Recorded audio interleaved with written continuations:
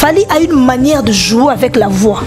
Technicité a fallu une technique musicale aux musiciens voilà. Technique y a voix. Fally c'est le rumba, Fally c'est la fiesta, Fally c'est le zouk, Fally c'est le tango, Fally c'est toute la musique en fait en mieux.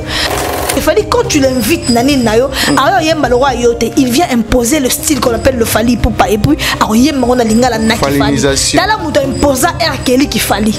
Nathan on a déjà 10 ans ou 15 ans passés. Aïe oyem mana grand le col R. Kelly mais azui qui Fally. Aïe tiora aïe mais on a R. Kelly aïe malingala. Mais je sais mutum solo quoi qui est en anglais. En loi yem R&B nande R. Kelly. Mais on rumba fallinisé. Voilà. Pour vouloir faire du tokos musique, tu dois rencontrer Fally. Et tu rencontres pas des jeunes qui ont la technicité de Fally partout dans le monde. Il va te ramener quitte. Pour toujours, yomoko yebi, nini azali katsamote manangaye, nani azangi sazo, ngisela nga sheri na nga oya. Abende na katani. Toujours, yomoko yebi, nini azali katsamote manangaye, nani abakita baki selanga sheri na nga ya memaganga na mabata wa nga eske ondana ya oma dene kende après j'ai cho kasi osana yo do akiti amati etikali atali pata makote na makaba ina yo ponga ya posana yo etondi meke mena komi kobanga omana mati ke yo zala lisusu ya ngaite ibato kote na katani inoubliable l'équipe tanga mati bongo ala kiti mbamo brusque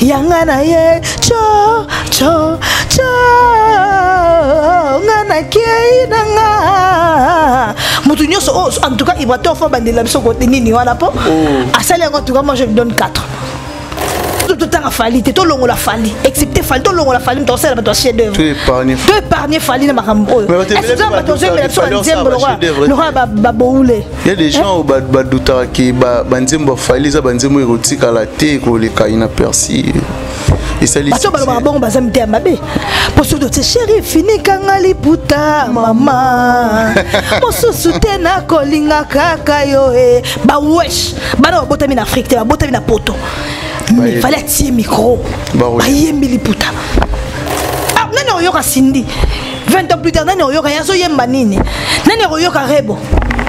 Tu penses que c'est un plaisir tout le monde a pour remuer nini Cindy le cœur oh bah ici soi-disant bato balingaka yete bakendaka nde namonaki mopa olobaki bazwaka ye balingaka te bakendaka na bachaîne ya ba international bakitoko musique bafutaka mbongo po babeta banzembo na yete asala nzembo nini oyo eleki beyanga yango na lobi po nzembo lokola beyanga opekisa mutu te na télévision abetango te impossible et ça impossible.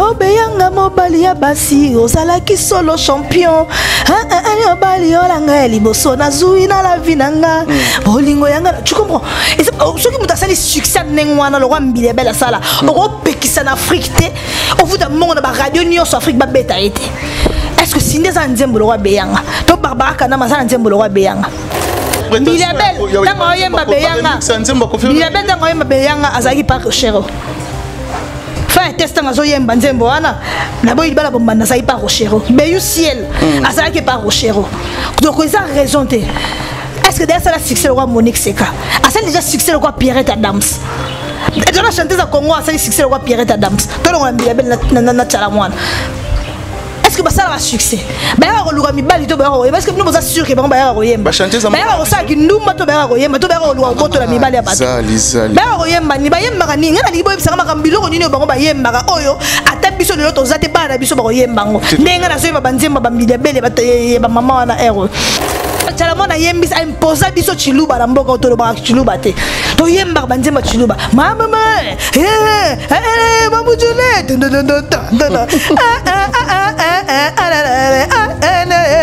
Mamou tu vois artiste féminin chanteuse notamment ya chalamona na mboka o tangela ngata kombo moko ce sont des gens qui sont venus se prostituer. Je le dis clair et net. Ce ne sont pas des chanteuses. Si elles ne sont pas venues se prostituer, elles sont venues se plaisanter dans ce qu'on appelle la musique congolaise. Elles ne font pas ce qu'on appelle la musique. Mais Nini, elles font tout sauf de la musique. Nini. Parce qu'on ne sait pas quand est-ce qu'ils sortent des albums. C'est une honte même pour le Congo qu'on n'a pas de chanteuse actuellement là. Mais je tente à monnaie à Kokita Kene Kota Banansambi. Même Kota Banansambi Azoro Kobimate. Ata biso to sate bana biso ko yoko ko sepela nango bana biso ko yoko ba bina filete ba ko Patrick Bekam te ba ko nende ba continue yoko ka ba Franco ba continue yoko ka ba Tabule ba continue yoko ka ba vela biso ba Joski Kiambokuta ba yoko ka ba papa biso ba Wendo Kolosoy ba ba yoko ba Fali ba nani yoko Cindy 20 ans plus tard nani yoko yazo yemba nini nani yoko Rebo. Tu penses que c'est un plaisir tout le monde à quoi remuer nini maturité de Diston donc on va te dire tout ça Léonine maman tu me sais la maturité pour être de Diston pour que la mission matière Naibisio et Zanzembo Oyo, et Zambouakela. Batubaroya Otalango par curiosité. Mais Batubaroya Otalango Tebayokango, Bamboula, Laura Banzembo Otosobita. Batubaroya Yokango le rôle à Ginote. Batubaroya Yokango le quoi sans inversé. Batubaroya Yokango le rôle à aspirinte. Batubaroya Yokango le rôle Miss Tutité. Elle dit au monde de l'ingami Miss Tutité. Parmi les bons, il y a le meilleur. Général Investment Service. Une société d'un Congolais aux capitaux 100% congolais. L'une des rares qui vous offre une gamme variée de services dans différents domaines. Nettoyage des façades des immeubles et de tout autre espace de vie. Irratisation, désinfection, désinsectisation. Production de papier hygiénique, production de glaçons. Spécialiste en logistique, spécialiste de l'immobilier, boulangerie, traitement des plaintes. Il met à votre disposition des camions-bennes pour l'évacuation des déchets et immondices. Le tout à des prix défiant toute concurrence. Contactez-nous au 085 090 19 99 ou au 082 79 92 076. Rendez-vous au boulevard du 30 juin, immeuble Virunga, appartement 6, premier niveau, Kinshasa, Gombe. GIS, le meilleur. Maman Nicole Malonga, la femme forte, a une solution. On a pas problème en Zoto Nabiso. Produit Awatosa. Baila, baila, baila, baila. Bakulutu baloba. Moi si bizaleli. Moi si comportement. Mais qu'il est l'eau et changea. Moi si tailleur. Moi si nzoto. Moi si forme. Maman Nicole Malonga. Aïe la solution et aussi lisa balete. Produit Awatosa. Les autres kamagam mobimba. Et baya Nicole Malonga. Ah, Sokyo lingi fese vimba. Omat Awatosa. Sokyo lingi moletona. Omat Awatosa. Sokyo lingi kwise vimba. Omat Awatosa. Sokyo lingi mabele tonda. Omat Awatosa. Maman Nicole Malonga. Aïe na solution et aussi lisa banete. Produit Awatosa. Les autres kamagam mobimba. Et baya Nicole Malonga. Omat Awatosa, l'original chez la patrona Nicole Malonga. Et tolo moi papa peso vimba na pomadoyo. Ezo telisa loposo, ezo silisa bebatage, ezo longo la babouton na banduta. Tozali pe na traitement pour na hémorroïde, faiblesse sexuelle, éjaculation précoce. On a kosomba ba produit Awatosa, original chez Nicole Malonga à Château Rouge. Sur la rue Bustine, code postal 75018 Paris. À 0 minutes du métro, Château Rouge ligne 4. Maman Nicole Malonga. ayena solution ezosilisa barebe produit awa toza ezoteka makambo mobimba epai ya Nicole Malonga.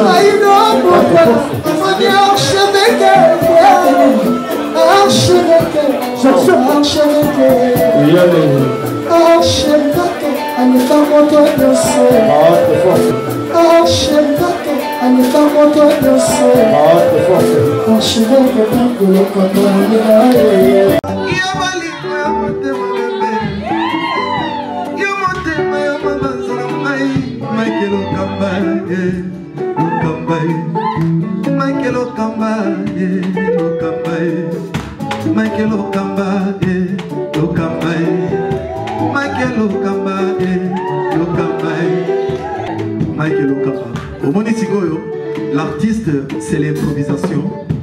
La honoré dans l'émission.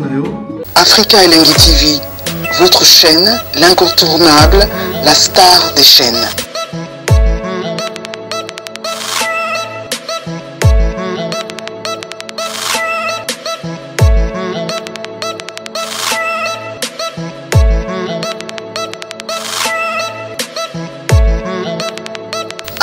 Africa Elengi TV, la magie de l'info.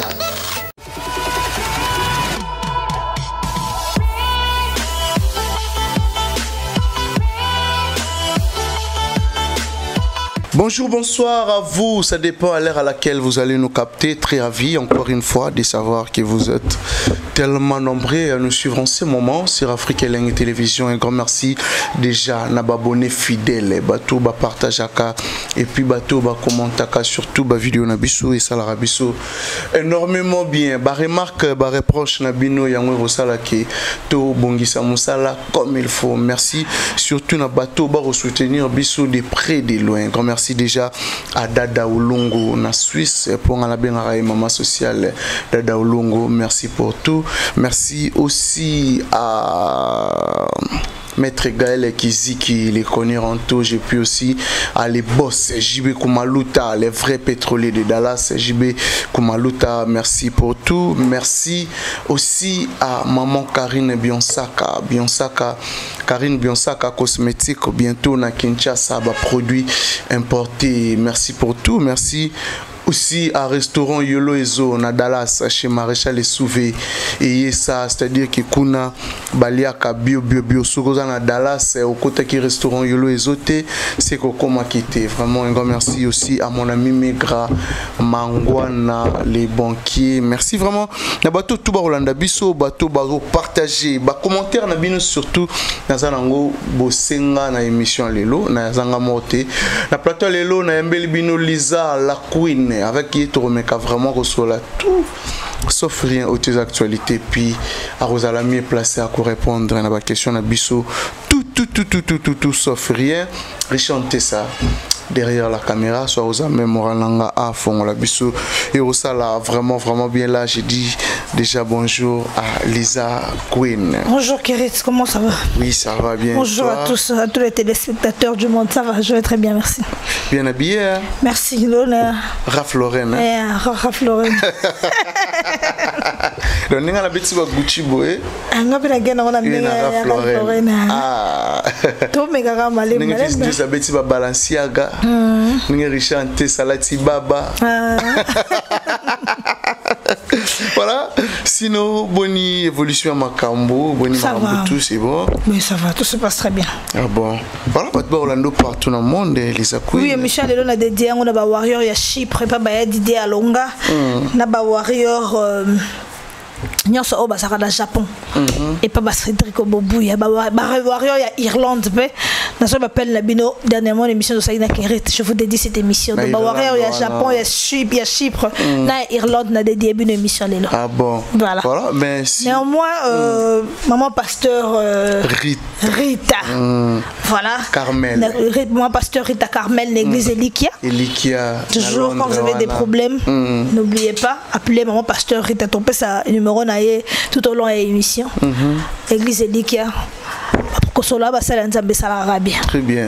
Donc Kosola na musala nzambe isa bénédiction et font la rappel journée. Oui, font la rappel journée. Pambola marambo belé belé. Donc shalom maman Rita Carmel. Maman Rita nzamba pambola yo pona musala malamu o sel en colo o sel la peuple de Dieu et kosala vraiment bien ngapé na réclamer vraiment surtout na bateau tout bana ba problème surtout les spirituels ko hésiter ou bateau bana Londres. Atoza musika contacter pasteur Rita Carmel et que ça là vraiment bien mais sinon bah retomber Zali na ba émission ou tout ça là tout dernier non émission tout ça les gens adoraient particulièrement l'émission de la fois passée hein. Ah bon. Et on m'a dit émission na fait une bikipo très bien oui ça l'a bien normalement la différence il y a yona bango ah oui ils ont un stylo na biki oui ah lisons na âge non la culture c'est tout ce qui reste après avoir tout oublié. Le problème c'est qu'on est seulement cultivé, on aime la musique. Mais c'est histoire. Quand on aime la musique, ce n'est pas seulement pour venir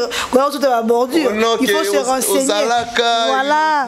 Voilà, il faut se renseigner. Donc, tu as histoire de musique en Boka, c'est pour toi. Tu es est-ce que tant Luambo ça succès tu as raté mais quand même tu vois. Tu es Mabanze Bona, il y a papa Wendo Kolo. Oui, tu es grand Kala Zala na Mokili, tu es artiste belé, Nico Kasanda Bazala, tu es artiste belé. Voilà. Papa la bisou taboulé écoute toujours chance il y a vraiment mais à l'époque vraiment tant je pense pas que bisou tout existera déjà dans mon kili mais sinon ça va félicitations surtout les canissi vraiment il y a aussi cultivé dans un monde à peine réflexion ils a l'icolo makasi par rapport na dénigré bandeko mususuté par rapport à baninga mususu bato belé vraiment ba benginga Lisa félicitations na et tout aussi pris là dans un petit exemple puis azongi ici biso na référence et ça Babilo rebelle au bateau belé baranangote en fait. Bon, il faut toujours donner des références hein, parce que tu vois par exemple quand tu vois les jeunes d'aujourd'hui ceux qui sont à Congo Brazzaville basi kitoko bazala raté hein. Alors que sont à Congo Brazzaville basi kitoko bazala été taboulé avec ndako yemba Hortense hein. Ah bon. Ah oui hein. Hortense na Brazza. Hortense nazali moyembi mosala nange zalaka lokola soda. Nakozonga kotala yo motema na mboka Brazza. Nakokota na masua na chola pona mona yo oh mon amour. Mais tu vois quand même bato lo la Brazzaville ba c'est kitoko bazate. La série on a yo séduire Rochero azongi kin pas comme Léon Nzembo. En tout cas tu dois être Bibi c'est un c'est le succès. Fozala. Oui. Ah Fozala Rochero c'est pas n'importe qui. Ayemba yo non oui. Mais sinon Brazzaville on dirait pe baza na ba icône ou ba marque pe ba époque. Mais oui, à Brazzaville on a eu celui qu'on a appelé Pierre Moutouari. On a eu Pierre Moutouali dans Brazzaville, tout ça là, Pamelo. Oh, yemba l'argent, appelle l'argent. Bongo, kobenga bongo. Na Brazzaville, tu as Zao. Ayemba tout le monde m'appelle Soulare. Moi, je ne suis pas Soulare. Ayemba moustique, tu me piques. Bleu, moi, nengola. Tout ça na Rafa Bonzeki. Banzembe belé, oh, mon pao, ayemba à copier. Banzembe Rafa Bonzeki. J'ai parlé de ça dernièrement. Il y a même des Congolais Brazzaville qui sont venus me dire, oh, Lisa, Azaï, camarade, papa, Goué, Payango, ayemba, Banzembe. Ce n'est pas un problème. Mais si vous posez un camarade, pas Gouépa. Ezali œuvre d'esprit. Yamutu. Je pense pas que Azaï foute la ngombongo. Reconnaissance ces là. Si vous moi parce que fait libre ya Yembaye. Yope au pour ça la montée à monnaie na pour la confier à Brazzaville ou à Bimaki. Au pour tirer les chants libres amana ko interpréter biloko na yo. Nenge vient na biso Rafa Bonzeka sala pour na yo tu vois. À Brazzaville tout le monde ba compositeur amener le logo là ba Yulu Mabiala. Tout le monde le logo ba Fernand Mabala. Tout ça ba logo ba Fenya baninga nanga tokela mbula sika nzambe na kanisinga abi Katerina kanisa enga na kokufa malole tu comprends la Brazzaville tout ça la bateau musique ya Brazzaville et ça bandule oyo na kala e bersape papa la biso kala parce que lelo bateau ba yebité okasolo na Brazzaville ba nzembo ni les akona na Brazzaville ba musicien. Non. Il y a des grands artistes de l'Afrique. Oh baza origine ya Congo Brazzaville. Kombuka na kutute. Kombuka na tous les artistes minés loko ba Pembe Chérol.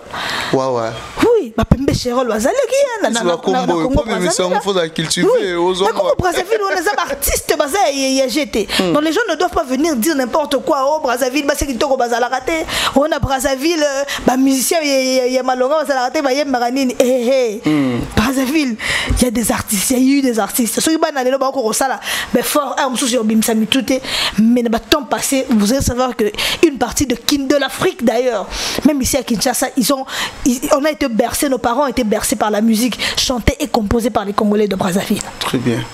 Voilà. Mais sinon, on a bateau au Badoutarapo dans Brazzaville, on a peut-être un souba au Talara Lelo, mais Lelo quand même, quoi différence c'est ça entre Congo, Kinshasa et Congo Brazzaville, surtout côté culture ou Italie bon musique Toloba. Oui, côté culture, il y a une différence. Par exemple, pour les jeunes, il y a les lois à Brazza, la musique, ils font de la musique, on dirait. On a eu extra musique. Extra musique, on a eu mais après extra musique, on a eu extra musique à Tonka Bakabouani.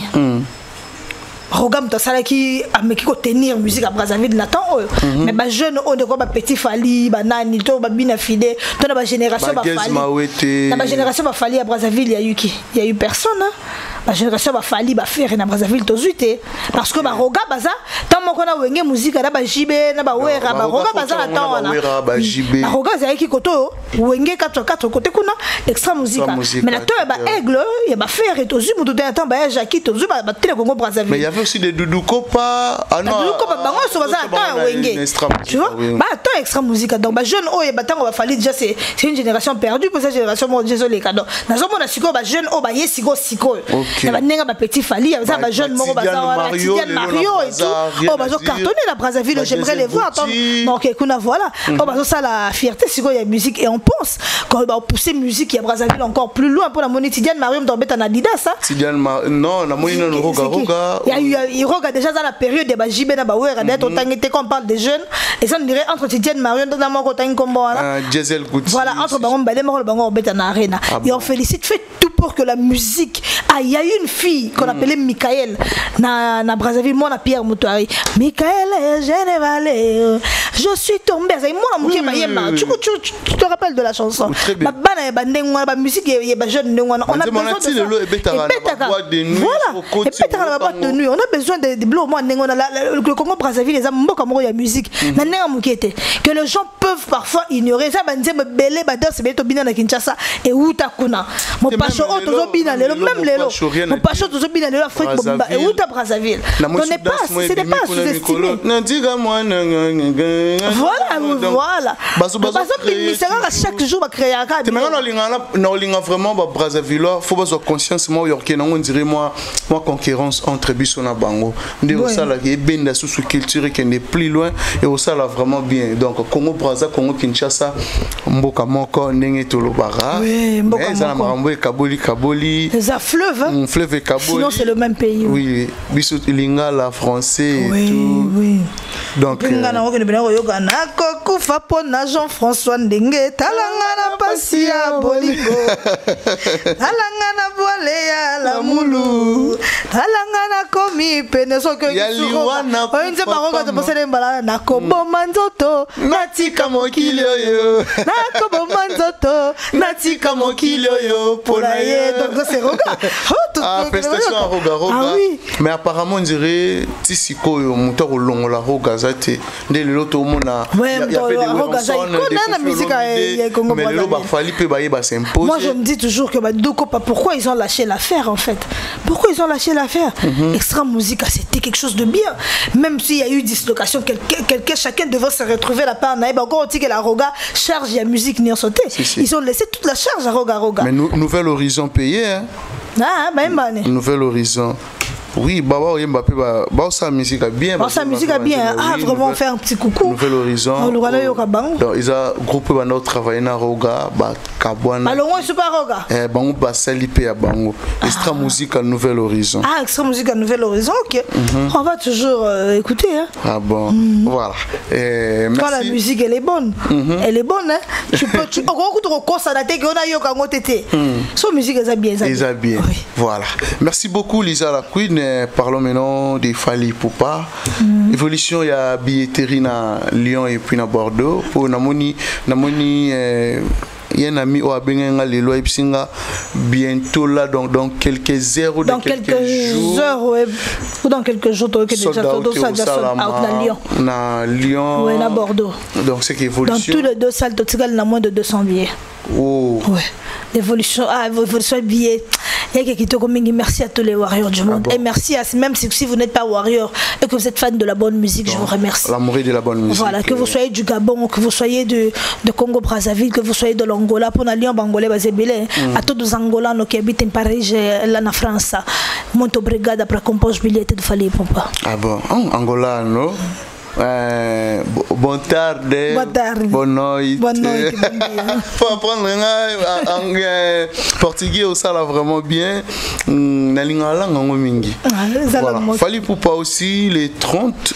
Le 30 à Brazzaville. Et puis après à Pont-Noir. À Pont-Noir, il y a un concert privé. Okay. Et à Brazzaville, c'est le 30 à l'hôtel Radisson.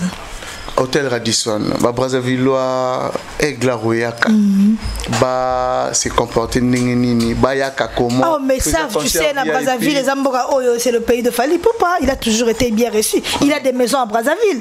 Il construit deux maisons à Brazzaville et il a évidemment on a Pont-Noir côté fleuve, on a d'autres dans côté océan, dans l'océan Atlantique, donc Brazzaville, c'est là où lui-même une fois quand j'étais à Brazzaville, il dit j'aime le Congo Brazzaville parce que ça m'inspire la paix. Oh. Oui. Quand tu es à Brazzaville, tu sens la paix. Même moi, si j'ai eu immigration, c'est un pays que j'aime habiter en fait. Ah bon? Où tu sens la paix, oui, la paix d'esprit, la tranquillité. Et moi, je dis toujours merci à Papa Ochombe pour sécurité dans non. Notre président. Brazzaville, tu te promènes à n'importe quelle heure, tu es à l'aise. Tu vois, la sécurité, elle est garantie à Brazzaville. Oui, c'est pourquoi je remercie. Ils ont fêté, ils n'ont pas fêté. Il y a eu 15 ans depuis la disparition de Edith Bongo. Et ils sont allés à Oyo, la famille présidentielle, et mes condoléances encore une fois à toute la famille. Bazala Oyo, je ne sais pas s'ils sont déjà rentrés pour célébrer, je ne sais pas si on doit appeler ça comme ça, commémorer, voilà, c'est le mot, excusez-moi, c'est pour commémorer 15e année à disparition, il y a Edith Bongo, Sassou. Nous sommes avec la famille, nous partageons votre douleur. Voilà, merci aussi à mon vieux Placide Ebio à Brazzaville, mon vieux Placide Ebio Business Class Flat Hotel de l'X na plateau ana oza vraiment mobimba. Voilà, Lisa la Queen. Aujourd'hui ton Rolanda Davido. Oui, j'ai vu le live de Davido, l'objet que l'homme a invité Fally Ipupa. Et puis à l'objet qu'il faut aller au Congo à apprendre les sous-sous à bâtir quelque chose, surtout dans le Congo. Oui. Ils doivent venir apprendre, c'est pas mal. Et là, on a bien bon money. Non, mais ni on soit apparemment, on a battu Jongo la ndenge na bango. Au tout début que Davido a aussi ko yemba kalaming était na notre légende Koffi Olomide. Et puis tout le monde ici ko yende a invité Fally Ipupa. Il y a Zara qui a invité à Koffi Olomide. Yesiko Azako a invité Fally Ipupa. Et chez moi. Attends. La polémique, pourquoi? Il peut bien être invité par Koffi Olomide. Koffi Olomide a décidé qu'il a invité Davido à Yemanaye. Et Davido peut bien vouloir aussi inviter Fally Ipupa, non? Quand on t'invite, c'est pas l'importance apporter quelque chose à l'album. Et quand toi tu invites quelqu'un, c'est-à-dire que toi, au Monique, on doit apporter quelque chose à quoi apporter le plus. Et puis il a été invité par la légende, mais il n'a pas dit qu'il a besoin d'apprendre chez la légende. Parce que tu vois, il y a une nuance. Être invité, chanter avec quelqu'un et vouloir apprendre chez quelqu'un. À Fally, il a vu qu'il doit apprendre chez Fally. Parce que les gens qui viennent dire que Fally a un musicien, Fally a une manière de jouer avec la voix. Technicité a Fally, une technique musicale. Oh, musicien n'y a pas. Voilà. technique y a voix. Fali c'est le rumba, Fali c'est la fiesta, Fali c'est le zouk, Fali c'est le tango, Fali c'est toute la musique. En fait, en mieux. Dans la raison, ça fait toujours une musique certaineuse. Et c'est musique brésilienne. Voilà. Tu vois. Et en mieux. Il fallait quand tu l'invites, il vient imposer le style qu'on appelle le Fali Poupa. Et puis, Falinisation. Dans la imposa R. Kelly qui Fali. Nathan, on a déjà 10 ans ou 15 ans passés. Aïe, grand local R. Kelly, mais à celui qui Fali. Aïe, R. Kelly, Lingala. Mais je suis en anglais, en R&B, R. Kelly. Mais on rumba falinisé. Est-ce que tu comprends ça? Voilà. Et Davido a raison. Parce que Tobo était l'homme qu'on a interdit de citer le nom. C'est un excellent artiste de notre pays. Ah bon? Et lui, il fait de la rumba. De la rumba, tu rencontres n'importe quel jeune au Congo, à Brazzaville, au Gabon qui fait de la rumba. Et c'est leur spécialité. Parce que même dans Nigeria, ceux qui Davido bien mon ba congolais mon ba mo ba congolais o beta rumba bazangité. Alors je me non ba beta rumba. Mais royem parce que tokos musique. Tu ne rencontres pas quelqu'un qui fait de la tokos musique partout dans le monde. Tu vois? Voilà. Pour vouloir faire du tokos musique, tu dois rencontrer Fali. Et tu rencontres pas des jeunes qui ont la technicité de Fali partout dans le monde.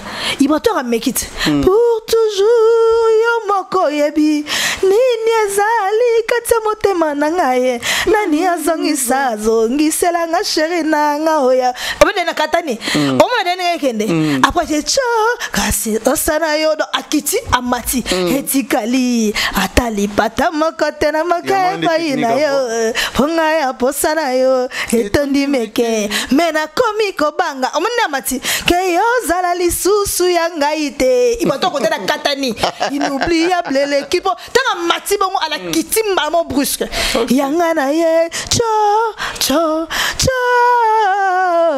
ngana kei nanga mutu nyoso en tout cas il va te faire bandela biso côté nini wana po asali en tout cas moi je lui donne 4 sur 10 4 moi j'ai donné 4 à Iwato. OK. Technicité à show wana il fallait tu rencontres pas ça par hasard. Et pour interpréter Fali il faut au lien autour de faut au méga non dire mona Iwato a mona méga qui on dans le yenge. Iwato a yemba bien. Bato ba été go lisa oza ko dénigrer non. A yemba bien mais côté vocal on a méga qui on dans le yenge comment il place mo boye oui. A comment il place mo boye oui ça dit qu'à Katani parce que Fali a une manie de jouer avec la voix. C'est même ce qui fait la particularité de l'artiste qu'on appelle Fali Poupa. Et Davido veut venir apprendre ça. Tu as raison mon frère Davido. En tout cas moi je veux que tu viennes apprendre avec l'aigle. Apprendre avec nous parce que l'aigle c'est même l'école de la musique. Ah bon? Oui. Mais tant au discours moi ça la marana Congo na bissoir si vous êtes clair dans Kinshasa na bissoir. Fali c'est un fond chanteur mais toujours mon bateau tout le monde a grand en Afrique si vous à la claire bazo considérer Fali Poupa comme grand bazu batie mbato na mutu actuellement na Congo pour oser la grand il faut oyemba nzembo mata papi texte aza faux chanteur ma belle riche oya ma belle mokilingo ya batole otiki bana ne émotion otiki bana ne émotion Pepe Calais aza il faut chanteur deuxième voix. Est-ce que Pepe Calais il faut chanteur? Non. Redi Amisi. Oyemba ngana vandi na mokili ngana zui moi siteo na kimobange na ngai na kosuka wapi nzambe ya pungu atindelinga bolingo ekela muya suka zakina tina mokolo na mokolo ngana kosambela kanzambe abakisela nga mokolo ya mbula ngana ye tobota ya biso bana chante ça tosala ya biso libota Miklo Sarko, je te salue. Miklo Sarko? Oui, voilà, Miklo Sarko dans Bruxelles. Est-ce que vous avez faux chanteur? Dans une le roi, il y a Jackie. JDT Moulo. JDT Moulo, point. Hello, Kamaka Moskoya, manga, Nakoma Kobanga, déception de Kikilo. Est-ce qu'il y a Kilo Kolangungi? Ah non. Pouvoir na yo makila, tangona komi contaminé, yo tikinga, Didi, Kinwani. Est-ce que ça faut chanteur? Jamais. Les lobes, bah, tie, bah, ton amutu. Que, sur le lobby, yemba. ba voix wana oza faux chanteur oyebi koyemba te. Est-ce que Franck Lassane a qui faux chanteur? Est-ce que Grand Calais a qui faux chanteur? Est-ce que Nico Kassanda a qui faux chanteur? Tu vois, les gens sont venus avec abrutir la jeunesse en fait, pour dire que pour que tu chantes bien, il faut une première voix, il faut une voix de tête. Voilà. Soft. Soft, aux faux chanteurs. C'est faux et archi faux. Fallait passer un excellent chanteur. Ce que bazui artiste au bon ben un vrai chanteur, tous Hervé de Stotier wana. So kenega na rumba urbaine a bete bino buzoba moro. Toi maman y a pas, j'ai fait les mains là-bas y a pas et. Donc mais là c'est fait rigoler. C'est fait rigoler. Donc Aza grand artiste là sur Rebelle Marumba. Ceux qui musique et quelqu'un la musique urbaine, est-ce que vous comprenez que ça faux chant, maman na faux chant et puis voix et fouté. Donc soit quelqu'un la musique urbaine veut comme Mabé, tu vas pas me dire que Moudabonga c'est un vrai chanteur. Parce que quand on est sur un vrai chanteur, et ça raté vous un vrai chanteur na rumba. Fallait européen cette tango musique nuance, même certaines musique nuance ça la mokili so pesa yango, aroyemba ngo bien et puis les gens vont adorer. Et ça pas y a pas et je comprends ta maman y a pas. C'est comme quand en français, maman qui veut chanteur et bungi. Et c'est sous maîtriser Wemba. Et c'est sous la sens d'après. Et c'est mon moteur maîtriser Wemba français, c'est que tombe dans un bon chanteur, un grand chanteur. Un grand chanteur, ce n'est pas seulement quelqu'un oiseau matin. C'est quelqu'un qui sait maîtriser la voix et ça on dit au moya kala. Mikolo batozo yemba mingi na TikTok. Mobali na linga mama tonda boboto. Abima kane mingi te kaka nandako. Abenga kanga tontine mwana maindombe. Ninga na sali yo ngana lingi yo.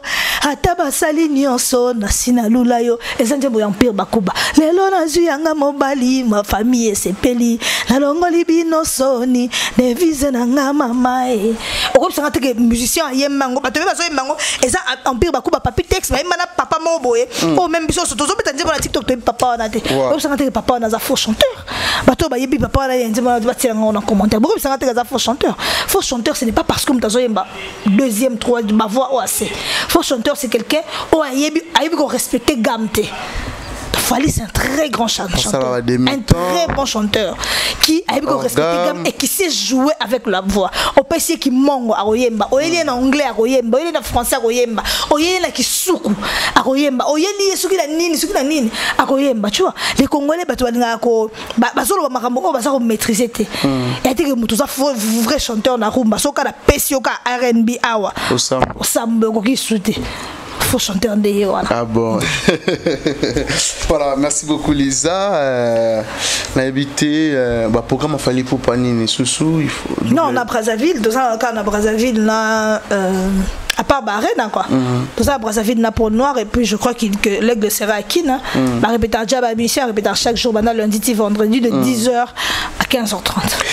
Voilà, Félix Oazekwa le 1er juin Adidas Arena. Ferregola aussi, Adidas Arena, double Adidas. Comparaison, mais aussi la main. Comparaison entre Félix et Ferregola. On dirait que comparaison n'a pas fallu et si comme si on fait Félix Oazekwa. Faire Félix Oazekwa. Oui, selon palmarès. Non, composé t'es pas solo que Félix Oazekwa ça palmarès que les gars faire na poto. Ok. Bon les affaires, abeta Bercy, abeta Soki Zénith, abeta Olympia, abeta baso basabeta basal nyonso o ya beta faire abeti basal lointe na poto. Na palmarès aleki na palmarès. Ah bon. Oui. Donc Félix Oazekwa na palmarès aleki fait rigola. Na poto oui, na poto aleki na palmarès na nombre ba réalisation et ba concert. OK. Faire abeti banzembo le roi Félix Oazekwa te, abeti ba concert le roi Félix Oazekwa te. Ba concert ou banzembo? Non, ba concert pardon. OK. Abeti ba concert le roi Félix Oazekwa te. Oyebi na musique na biso lelo batakomi ko s'aventurer la musique trop. Tokomi soit on parle de Fali numéro 1. On parle d'Héritier Watanabe, on parle de Ferregola. Mukié to Lobeli Fabregas, to Lobeli Foucha Binafilé aussi. Binafilé Patrick Beckham et tout. Patrick Beckham. On oublie qu'avant eux, il y a eu d'autres artistes. Et même sur le tel la chanteuse, na Congo to na chanteuse. Na Congo? Oui. Ah, Lisa la. Na Congo tout ça la chanteuse té. Et toi la chanteuse, toi na Congo. Toi la Laurette la Perle. Ayem Maranini. Dernier album mais Laurette la Perle de Bimakan. Yeb Sangay. Laurette la Perle, le Chocopi. Dernier album, parle-moi de son dernier album. Quand est-ce actualité là? Il aurait de la peur. Non, Autobim, c'est tout dernier single il y a année passée pour Azokipe ton à Bandaro ça sous musique. Comment single ngoni? Non, comment single Kimi mais Kimi dans Galaxy elle fait pas son travail quoi. Mais toi parce que il y a un chroniqueur musical, ceux qui musique on est bien. Soit ça royem, soit zongo sérieux. Elle nga eu ben combo la tête ngela combat chanteuse. Mais toi na Barbara Kanam, honneur y Afrique Barbara Kanam. Asalaka honneur y Afrique n'attend moko. Dernier album à Barbara Kanam Mesaïko. Non, dernier album à Barbara. Ah, Lisa la fine. Mais tout solo là. Quand on n'a pas de chanteuse, on a des gens qui sont venus faire de la plaisanterie dans la musique à Congo. On a des filles qui sont venues plaisanter dans la musique au Congo. Pour ne pas dire, il y a des gens qui ont trouvé la moyen la plus simple de se prostituer, c'est de devenir chanteuse à Kinshasa. Dernier album, il y a Barbara Kanam Mesaïko. Dernière production, il y a Barbara Kanam à Beta Concert. Non, pour l'instant, Abetino concert. Pour l'instant. Mais tu peux me parler de l'artiste Fali pour pas dernier concert naé. Si je te demande de me parler d'Héritier Watanabe, tu vas me dire. Si je te dis de me parler de Ferré, tu vas me dire. Si je te dis de parler de Bunafilé, Patrick Beckham, Royeb Sangai. Mais parle-moi de Barbara Kanam. Son dernier album, son dernier concert. On a eu une fille donc chanteuse. Surtout que tu as cru Zabetaranine. Dernier album des années. Tu as un peu ma enfant ami qui l'a pote. Bah on est sur le bagage digamo parce qu'on peut Cindy le cœur oh bah ici soi-disant bah tu balinga yete bah kenara nena mona yi mo pa lobaki bah soiraye balinga gete bah kenara ba chaîne il y a ba international bah kitoko musique bah futa mbongo po bah beta ba nzembo na yete asala nzembo nini o eleki beyanga Cindy le cœur. Non, Babéang ça va chef d'œuvre. Yango na lobit. Bon, ndimo le rola Béanga, o pekisa mutu te na télévision betangote. Impossible. Et ça impossible. Oh Béanga mobali ya basi, ozala ki solo champion. Mobali olanga liboso na zui na la vinanga. Bolingo yanga, tu comprends? Et c'est ceux qui mutasali succès nengwana le roi mbile bela sala. O pekisa na Afrique te, au bout d'un moment na radio nyonso Afrique ba beta été. Est-ce que si nous avons un roi Béanga, to Barbara Kanam a un roi Béanga, nan ne chanteuse sur Congo le roi Fates. Fates, nan. Naboyi libala ya bombanda po motema eko suka non mais autre temps autre mais moto akokufa mama motema eko non nzembo c'est le succès ka ndengwana autre temps autre mère Stéphanie ça la succès autre mère c'est boulé ça la succès aigle ça succès lelo quoi ça mamba autre temps autre mère nani o chanteuse nini ayembi nzembo lo wa yulusi Ciel. Nani, l'amour n'est pas toujours ce que l'on pense, mais quand on a le cœur, prenez patience. Là on sait très bien quand ça commence. Marina ne va pas courir tout au long de la vie. Nani ayembi nzembo lo ya DS Mukangi. Musini oyo avant na yema le roi DS ko nani ngo c'est pas de danse de quoi ya Betty Bis Kindobika Betty Bis Kindobika kangaye Kindobika nani non bari bobazo il a pas des chansons qui restent où bazo la chanteuse ya Congo bazo influencer jeunesse et on n'a pas de chanteuse dans ce pays on a des gens qui sont venus faire de la plaisanterie au moins on va venir comme organe c'est menu pour la ça va tout pastèque parce que c'est ça chanter c'est ce que vous appelez chanter tout ça la chanteuse c'était la tout ça on a des femmes qui sont venues plaisanter qui sont venues faire de la blague ayem maranini à ça la succès la voix donc la voix ça ne suffit pas mon cher frère chanteuse Cindy Le Cœur il y a mon lobby chanteuse à ça la voix c'est ce que je dis que la voix ça ne suffit pas très bien elle a une très belle voix ayem maranini à ça la succès wapi ayemba nzembo lora beyanga répondre ngai lobby nanga de beyanga za chef d'œuvre ayemba nzembo lora ya Fates ezate oh bato boye omoni banzembo wana oh mwana général ngata on Fates à ça succès na bien sûr à ça succès wapi nini na bien na TV ayemba lora Ciel ciel ezate est-ce que yemba banzembo loka ba Monique Seka non toi c'est plus de 10 ans carrière ko ba blanc ndengo na te kamo yale papa Milabel tango yemba beyanga Milabel tango yemba beyanga azaki pa Rochero fa test ngazo yemba nzembo wana na boyi bala bomba na sai pa Rochero beyu ciel azaki pa Rochero donc ça raison te. Est-ce que derrière ça, le succès, le roi Monique Seka? A ça déjà succès, le roi Pierrette Adams. Et tu as chanté à Congo, a ça le succès, le roi Pierrette Adams. Toi, on a mis la belle Natchalamoine. Est-ce que ça a succès? Ben, on a mis balle, parce que nous sommes sûrs que on va royer. Ben, on sait que nous, on va royer, mais tout le monde va mi balle à battre. Ben, royer, mani, ben, marani, on a dit, ça m'a rambilo, on y est, on va y mara, oyo, à ta biso de l'autre, zate ba, na biso royer, bango. Nenga na soima banzem, ba bambile belle, ba maman na ero. Fatchalamon na yembis a imposa biso chiluba na mboka to ba chiluba te. To yemba banzem chiluba. Mama,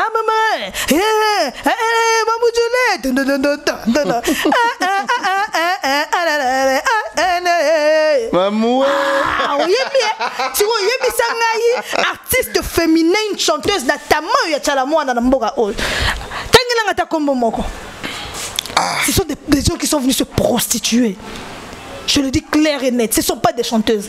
Si elles ne sont pas venues se prostituer, elles sont venues se plaisanter dans ce qu'on appelle la musique congolaise. Elles ne font pas ce qu'on appelle la musique. Mais elles font tout sauf de la musique. Parce qu'on ne sait pas quand est-ce qu'ils sortent des albums. C'est une honte même pour le Congo qu'on n'a pas de chanteuse actuellement là. Mais je tente à monnaie à Kokita Kene Kotaban Ensemble. Même Kotaban Ensemble, Azo Kobimate. C'est choquant à niveau morose à idée. Azo Kobimate, même Kotaban Ensemble. Chanteuse. Nanga la bête de Wanzembo. Natangeli yo ba Pierrette Adams, natangeli yo ba Monique Seka, natangeli yo ba Beyu Ciel, natangeli yo ba maman na biso ba Fire Test. Yo siko bisanga artiste nini féminin na Congo oyo, azo sala ata 40% au basio na basala. La génération Lelo. Oui, aza la pembe na patron na yeto a évolué yemo na génération Lelo. Ou c'est pas Rebo qu'on voit pour remuer les fesses. Rebo qu'elle est connue pour remuer ses fesses. Ou l'autre là qui est connu pour montrer sa nudité. Pas tout le monde sera la musique. Musique au balutumba simaro batigeli biso yango bato sera na obo. Ba musique au bataboulay batigeli bato. Ba musique au franco batigeli biso ba sera na obo na mboka. On n'a pas de chanteuse. Nzela Bolingo Mabulu pada tukumanga malem fils Njusi. Elle s'appelle comment? Renka si je ne me trompe pas. Un fils Njusi. Comment on est? Bakobeta c'est trop dire mais album ne comme lango nini est-ce que nzembo yo tangi nzela mo bulubala na yo ta boya bozana go yo ka nzembo wana ndenga na zo mba beyanga lelo. En fait aux a besoin de la chanson éducative ba to ba sala ba nzembo et ça ba chef d'œuvre. On ne peut chanter pour le plaisir de chanter. On ne peut pas venir chanter que moi la musicien pour venir chanter la bêtise en fait. Non papa papa héritier tada ba mbi gombe na gombe ah eza musique à lobité so na tanga fali bo loba ke na za warrior héritier tada ba mbi gombe na gombe ah eza musique ya lobité et ça musique ya lelo comme nena ni bina fila to beta nzembo mo ba beti ya mawa ah lobeli libamba liwa et ça le quoi voilà nzembo et ça le quoi banzembo le quoi ba boule yo boule banzembo mawa nzembo le quoi ya boule ya mawa beta de génération en génération. Est-ce qu'on a des chansons comme ça ba to va la bisongo surtout tout le temps à Fali, tout le long la Fali, excepté Fali, tout le long la Fali, tu sais la chef d'œuvre. Tu épargnes Fali na makambo. Est-ce que le roi baboule. Il y a des gens au badouta qui banzembo Fali za banzembo erotique à la thé ko le ka inaperçu. Et ça bato baloba bon bazamite ya mabe. Poso de chéri fini kangali puta mama. Poso soutena kolinga kaka yo ba wesh. Bana botami na Afrique, ba botami na poto. Mais il fallait tirer micro. Bayembi puta. 2006, il y a combien d'années passées? Plus de 20 ans. Très bien. Tu vois? Mais bana on a bayembi. C'est-à-dire qu'ils ont chef d'œuvre. On parle des artistes féminins comme masculins qui peuvent nous faire des chansons qui vont rester de génération en génération. Mais s'il faut passer un conseil, travailler comment, ils doivent se prendre au sérieux. Les musiciens congolais doivent se prendre au sérieux. La musique, c'est un métier noble. Ce n'est pas de la plaisanterie.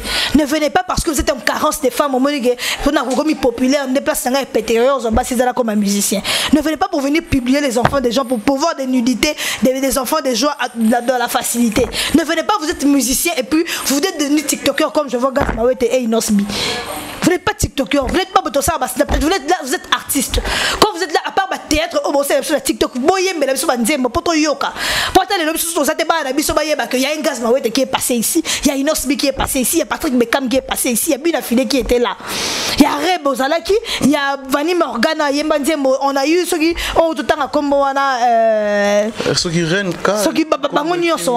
Ne venez pas faire de la plaisanterie dans notre musique. Na rumba, oh, batika la biso, ba odemba, oh, batika la biso, il y a Lutumba Simaro pour venir dire que oh, moi je suis musicien congolais. Il y a Joski qui a beaucoup de oh, Atana, ce moment, de chanter les papas. Au moins, il y a bien. Tant que ça des oreilles, on cherche des oreilles, on cherche des oreilles. Mais est-ce que Banabiso, Banabiso, Banabiso, Franco?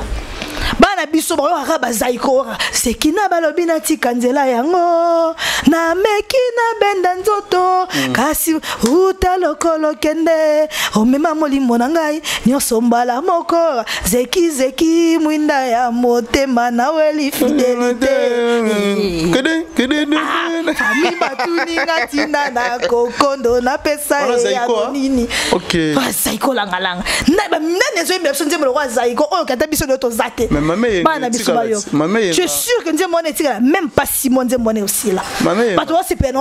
Provocation. Ils sont plus de la provocation, ils sont plus dans le buzz que dans la composition du texte. Dieu me le roi libala et dit mais si donc ils ont bêté d'habiter dans une ajnine. Hein? Que moi ce qui même on est ni kutu. Libala tout le monde sango maman. Et ça dit moi je passer message, je transmettre message. Qui? Nani minze monengwana. Oyo bato atabiso to sate bana biso oyo ko ba sepela nango. Bana biso oyo ba bina filete ba Patrick Bekam te ba lende ba continue oyo ka ba Franco.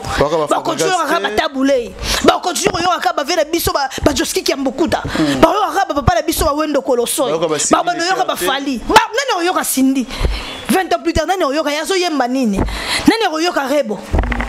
Tu penses que c'est un plaisir tout le monde a pour remuer nini au moninga na ye mission bona te poudre pembe même mutu elle a fille musu so ya abuaki kabelo atie manzaka ti banini même mutu préfère talanga ikatala nini manzaka parce que moi je suis en train d'apporter le bagage intellectuel.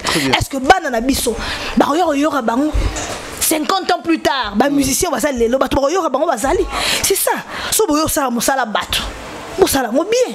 Bon respecter bateau oh basali moussala ba moni passe basala moussala ona batambo sa musique à Congo en Afrique mon bimba. Ne venez pas plaisanter au ça la blague la bidon la musique. Oh ezali bateau. Tu comprends? Donc tout ça ba musicien té. La fille c'est Rena oui. C'est bon ça bien té. Chauffeur pas dans Kumbanga. Oui. Et ça dit moi c'est dans un message moi éphémère. La bolingo mabulu pardon. Chauffeur nazali mama ya bana. Aussi mina maboko. Madame Google. Il est-ce que voilà. Batia ngo mingi na 12h. Na 12h en plus na ba taxi. Na ba taxi. Donc ba ba que les classes de la radio. Yebisanga. Aujourd'hui moi on tient on a chauffeur. Félicitations sa queen. Tu comprends? Et ça banzi mon mususu oyo esi la kate. On ne se lassera jamais d'écouter ces chansons là parce que ezali pe batata la biso bazo commandant tant muta vandi zo commander mo kofi akomi aspirine. On se comprend que mon pao avant di penza ko akomi futa jalon avant de komi ngobila. Est-ce que comme ezaba nzembo o bato bazui temps ya yo okoma mais tant bino bozo ya na musala ba Kofi Olomide na musala ba vena biso ba ya ba Franco bozo na musala ba Taboulé ya ba Vejosa bozo musala ba Vejosa nyoka longo bon honorer musala na bango ndenge bango bazo basala ngo musala bango ba papa wemba ba tikeli bilo nzembo lokwa ba phrase soki otendela monanga ekoma neti phrase tona ba faute ba nzembo ne honorer bango boyo sala blague te na musique o eza bango atambusi musique mokili mobimba monde entier. Mais frère papa que chef d'œuvre etambola rapena un succès. Rosa penze moment ya makasi o ekoki pe kotika mais so succès ezate banani ba attirer attention. Pose succès faut andene. Faut ça la nzembo bien. So c'est nzembo bien papa. Moi non bon te pardon, vous allez m'excuser. Maman nanga awa kolongola zemi. Tu comprends? Nzembo na ngolanga na ko mto yo kango congolais te. Souma so c'est ngana interpréter. Et ma succès te. Tant que nzembo na ngana yeba ki était. Mais na yebi pourquoi? Pour la force ya nzembo na ye et traverser ma limite et traverser ma frontière. Tu vois? Et c'était que faut la succès. Bon, aujourd'hui m'a dit bientôt comme la succès on est. Succès on doit tirer au café ça m'a bien. Très bien. On doit tirer au café vu on a autre ça des bandes. Là ma vie autre ça les différents parce que les gens comprennent que je fais du bon boulot. Et pas toi que les émissions sur ça mais quand tu fais une émission avec Kérit c'est différent. Tu comprends? Parce que les choses ça bande m'a bien succès où t'es là. Non parce que sur la Bibongo il y a des chanteurs na mboka na biso. Il y a un chanteur moro comme on a fille là-bas c'est sous attend yokai à ça la même collaboration na Ferrego là Gisèle okotanga tina makila zinde yo mangona ye na ebinzemana adikiri kyo sala kanga zinda batebele bakasa même place on c'est un bon chanteur ce qui a interprété Franco ou Luambuta Boulé mais non le bas mais qu'est-ce qui fait qu'il n'évolue pas? Peut-être succès et tout. S'il a chanté aux côtés de l'artiste Ferré, pourquoi il n'est pas resté avec lui? Pas chanter, gens doivent collaborer avec lui. S'il a collaboré avec lui. Baby, Kérit, il y a des gens qui sont faits pour diriger. Il y a des gens qui sont faits pour être dirigés. Est-ce que les gens ne savent toujours pas? Et ça, ça, Salama pose un leader. Kamba batu. Et ça, la salama, poye ba kambaye. Ana 5 leadership.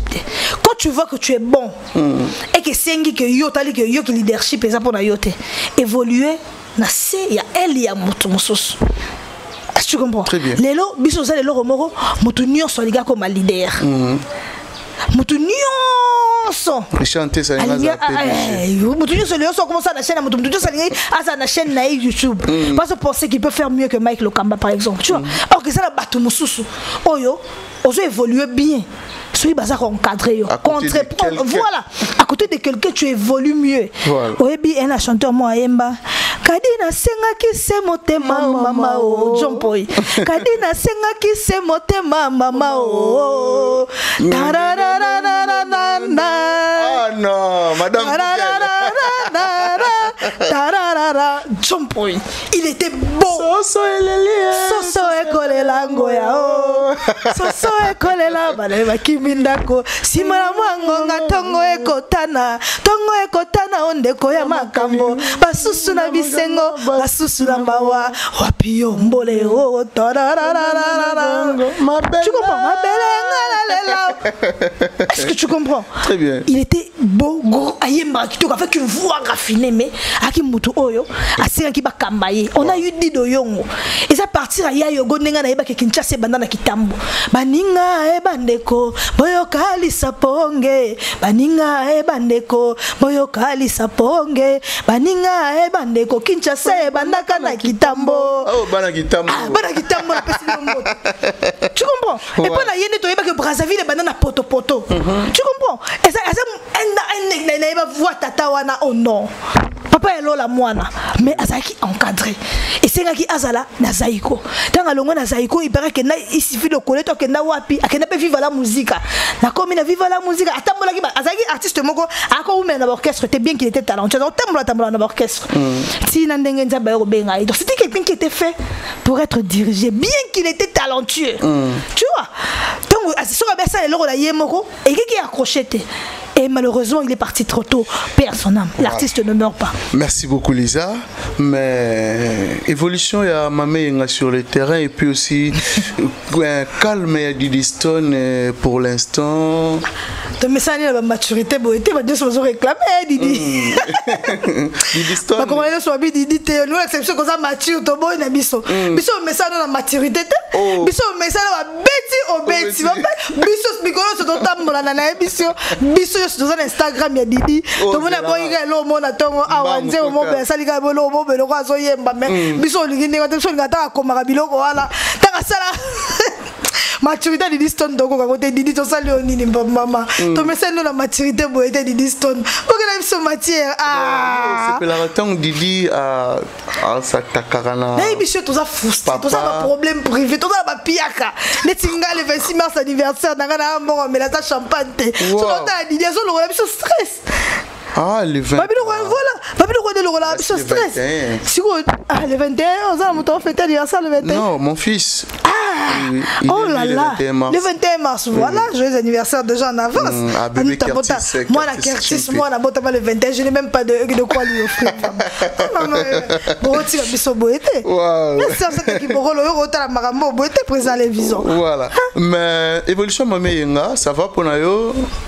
Naibisio eza nzembo oyo eza mbwakela bato bakoya kotala ngo par curiosité mais bato bakoya kotala ngo te bayoka ngo bambula lokwa banzembo oyo tozobeta bato bakoya yoka ngo lokola Gino te bato bakoya yoka ngo lokwa sens inverse te bato bakoya yoka ngo lokola aspirine te bakoya yoka ngo lokwa miss tuti te yani nti omona linga mingi miss tuti bato bakoya yoka ngo ndenge wana te pona moni ser na biso no ela madinga ona PCP mbote place azali a sali publication mora a PCP na conseil à Cindy Leker na ebité badire alobi oui alobi mamba solo que Kofi na Didi bazo bela maladie o babinga ngo ba olomide Kofi na Didi yona sinolo madinga mdalobi bazo bela maladie mo ko maladie wana olomide maladie wana ça ba gène na bango ils ont papa na mona bazana ba gène moko très fort et puis Didi c'est l'incarnation de son père tu vois tant bon ça biloko na bango wana eza modèle na bango na même maman Alia a gros ça le loroté eza famille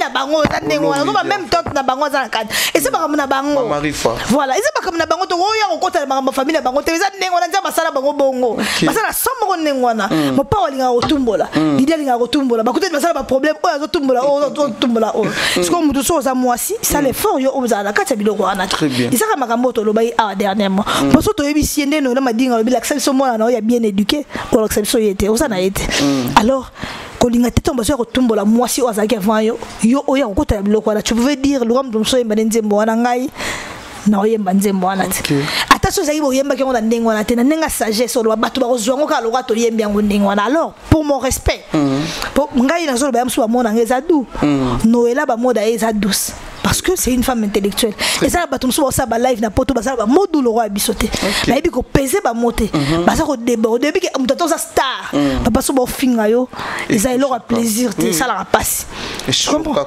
na bandité azo CPA na marambo zo les gars na réseaux sociaux elle devrait être plus sage que ça je pense pas elle devrait être plus sage que ça protéger les gens na biso s'il vous plaît ben alors singa beaucoup plus faut maman pour mobile yo karape maman ce qui maman lobby papa pas revi yango so maman so zo lo bataza du même vie maman so yem dazo ko encourager si ko papa osanya pona yo maman naza ko encourager mais oui pour so maman lo ba na yemba te so elo wala te moi je pense que papa alinga asala ngote uso to avec des tchenga yemba yemo la que c'est pena ko sepelité parce que je sache boza sous makambo ya patron na moi msala te comme pena moi sambali comme madame et messieurs donc tu peux dire quelque chose je me dis avec politesse je dis chérie je fais pas ah bon pour ça explication ça dans 4h du matin on a cérémonie discussion ça pour la boue pour la ligambo bébé pour la ligambo na moni ngai ba discussion c'est senga na batongo makasi ba discussion na ba 4h du matin ba chanter ça ba mamna koloba ba mil ko sa ko ba mamna koloba ba mari ba mamwa Richard pena yebi oh to solo ba wana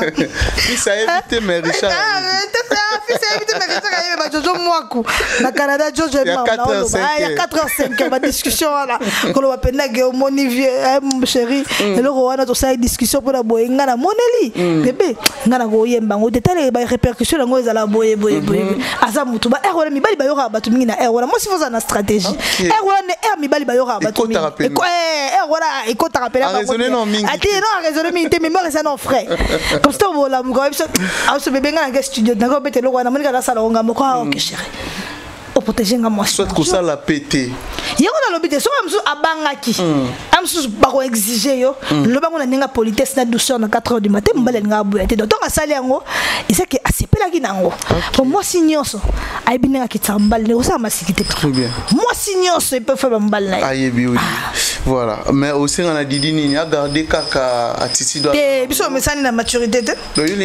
oh faut pas se sauver matière Didi foyer ah oui foyer la matière aya na matière papa tout la matière papa Didi Stone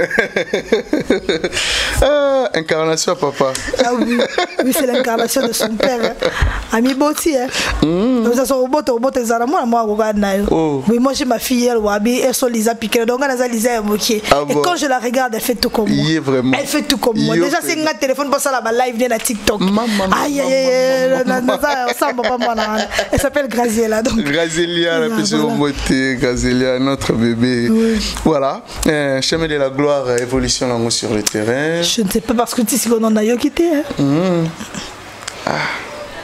TV ba c'est nango ba lobi ba la musique biso orchestre menea oki ba choral te Babi la musique qui parti moi yande momo ya Madilu juste un peu d'amour hein de Castrol angala monanzela mais ça rango ba tele ba ça kokate kolula basi basusu lonanga pembene motema na yo soise juste un peu d'amour sur la musique à immortaliser bah Casterto Madilu système et ça bien mais non non yo qui ngote évolution nanzela ndiza lo bam lo kuta ba bete ba nzela zo yo kanze mo boyo zo beta beta ono na logo maîtriser ngote ngaso na zo ka gubo monne na zo yo ka kanze mona na sona nzemo ezande monini na lugana ke yo ka ngotre parce que même na TikTok même ba nini na zo mona bato ba c'est pas pour faire que bato ba otsa ko zakate bato ba sa promotion eza bato oyo ba pour sepeli na parce que pour sepeli na nzembo et on doit dire la vérité que Héritier Otanebe c'est quelqu'un qui parmi les rares bana wenge o sala la fierté bana wenge zo longola bana wenge soni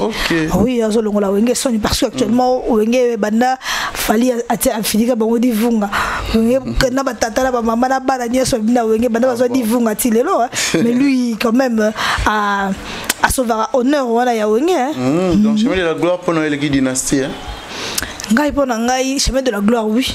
Ok. Parce que moto au chemin de la gloire et nango dynastie c'est alors il y a la moto wana te chemin de la gloire c'est quelque chose.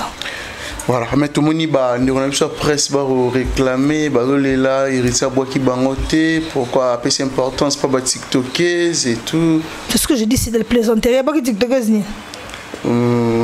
Maria Tumba si je me trompe pas des Jemima si yo ye olobelara ferré. Mais faut la ferré à boire la dynastie. So pour ça la dynastie il faut l'album mususu ba boire yo l'album ba to boani. Ngai na vandi bona ko l'album ya bina fileto ya na ebité so ya na ko lela ti libanga boani. Sinon ça na poste ba boire nga non c'est pas boire nga na victime et pas na biso. OK. Je vais pas venir album en tant que dans nos chroniqueurs musicaux. Il faut y lobela album oh c'est pel nango na oh c'est pel nango. Voilà ça critique. Ça critique album. Voilà. Ngai sur dans la salle appréciation album te je peux pas venir ko réclamer libanga. Ye ayo qui critique te mayando zelande libanga yes ayeke zo zelande libanga donc aucun ko lobela ko pesa beloge to ko boya album wana soki libanga na ye ezalaki nini mais lobi ki au ça la challenge de la plaisanterie challenge na ye zo accélérer tini yele kechu tango yemba nzakomba nini ezo yelanga Alice Baba le roi motema nanga Kimberly tu vas c'est la challenge. Je pense pas. Dans ça besoin de challenge n'était pas comme héritier aux allées dans ça challenge n'était. Ah bon. Oui. Bon c'est les challenges, bon c'est les challenges. C'est ça la spiritualité n'est pas soutenir, c'est ce que les gens oublient. Ah, mais aujourd'hui t'as maniquete à Kumisi Ferregola oyo manika loba alesa elikaya buna.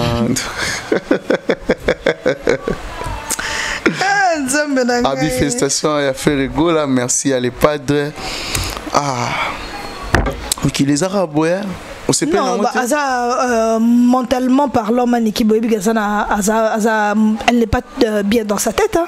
Maniki psychologiquement parlant elle est instable maman qui pas vite mais elle est instable psychologiquement parlant elle n'est pas assise un problème de trouble, trouble psychique, je sais pas moi comment on doit appeler ça.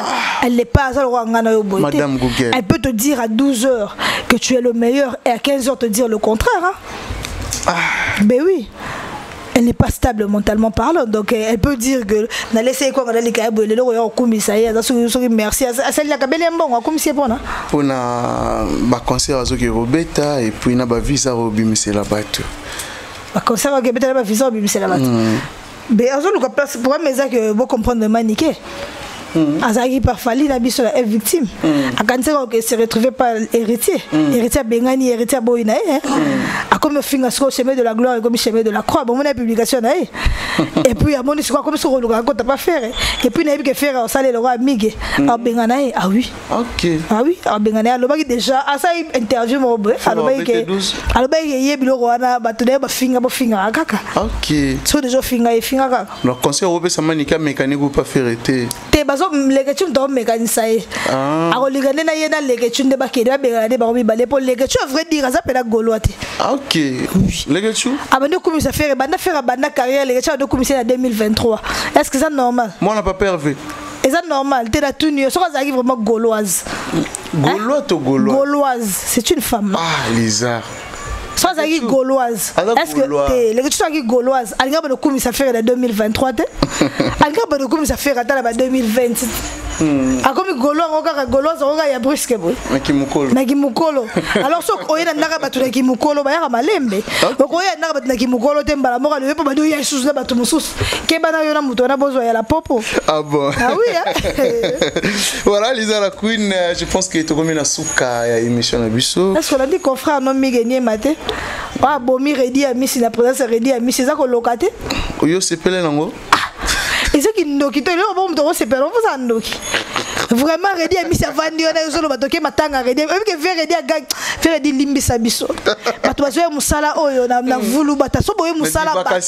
na diversion so boye musala ba noela madinga musala ba mami lele ba chantal ka niembo bino ba parvenu bo respecter musala oyo ko comment oya non seulement olobarano mabe et puis ozoya redi aza no bomela biso icône lo la redi a miso zoba to boyele matanga redi a misi fi redi a gagni c'est gano ala kite boy en tout cas ba mesurer ba drink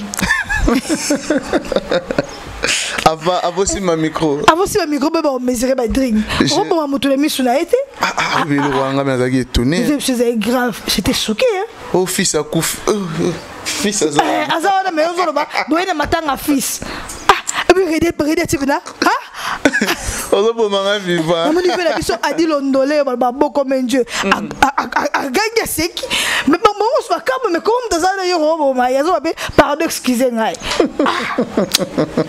badiamba o do mele ça bon ma bien badiamba oui bon quand ça ba écoute bani voilà Lisa Queen mot de la fin là et puis quelques salutations na bateau tout ba disposer qui ton pour Rolanda Bisso liste de Pierre et Bimi bon j'aime pas tout d'abord rappeler la liste était je salue Jojo Mwaku depuis le Canada Jojo Mwaku mingi oui je peux faire les Jojo Mwaku mingi sur la bien Jojo Mwaku na Canada Jojo Mwaku Canadien de plus maintenant Canada oui Jojo Mwaku vraiment la ligne mingi je l'aime beaucoup c'est un ami c'est un ami j'aime beaucoup Milko Sarko na Belgique l'ami a Fali Poupa. Ya Willy Kalenga na Lubumbashi, je te salue. Mon grand frère Ben Willy le Gabonais na Angola, ba ne salwanda na Pesimbote na président Alain Visor, président ya ba Warrior ya Angola, na Pesimbote na CG na Biso Frank Energy, na Pesimbote na Papa Fololo, na Pesimbote na double aigle Mobutu na Pesimbote na Idriss Aigle na Mike Boss nzambe na ngai bakomboze bele Papa Fololo Shadrack Mamona na Angola wana ba warrior ya Angola ekerit na Pesimbote na Graciette na Pesimbote na ba warrior nyonso ya Angola Sariana fille de chance Mawika na Pesibino Mbote et je n'oublie pas de saluer pasteur Rita Carmel na Londres bana église Elikia bino nyonso na lingi bino mingi so ça n'a pas problème que ne vraiment pas pasteur Rita Carmel bana église Elikia vraiment ça n'a bino voilà merci beaucoup pasteur Rita Carmel église Elikia Olbi Bonzambe Katina Nkolo Kunande Lobiko Katina Nkolo. Merci aussi à Gloire Ngafula, mon ami, et puis aussi à Megra Mangwana, les banquiers, sans oublier à Maître Gaël Kiziki, les Conirantos. Je merci surtout à mon vieux Credo, il y a eu vraiment un merci aussi à les boss JB Kumaluta, les vrais pétroliers de Dallas, JB Kumaluta, sans oublier à maman Karine Bionsaka, bientôt Bionsaka Cosmétique na Kinshasa, produit importé Bionsaka Cosmétique. Merci surtout aussi à Dada Olongo na Suisse, maman sociale. Merci aussi à David Impérial, aigle puissant, David Impérial, merci pour tout David Impérial. Un grand merci aussi à Jason et Makasila de Bundes, et puis aussi à mon ami Mondo Kilo Lowacha Fashion Police, sans oublier à Jason et Makasila. Merci vraiment à l'équipe Mobimba et Afrique Langue Télévision. Merci à Richard Tessa derrière la caméra, et puis aussi à Fils Njouzi la réalisation. Je pense que tout le monde est bongo. Au prochain numéro. Bye bye. Bye.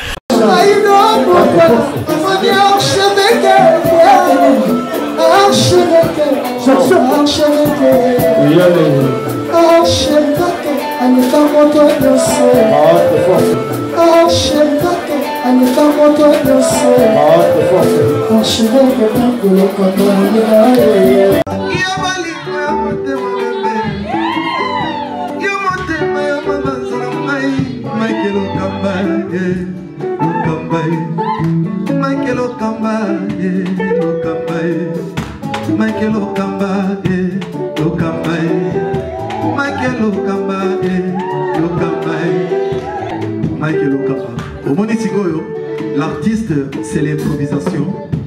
La honoré dans l'émission. Africa Elengi TV, votre chaîne, l'incontournable, la star des chaînes.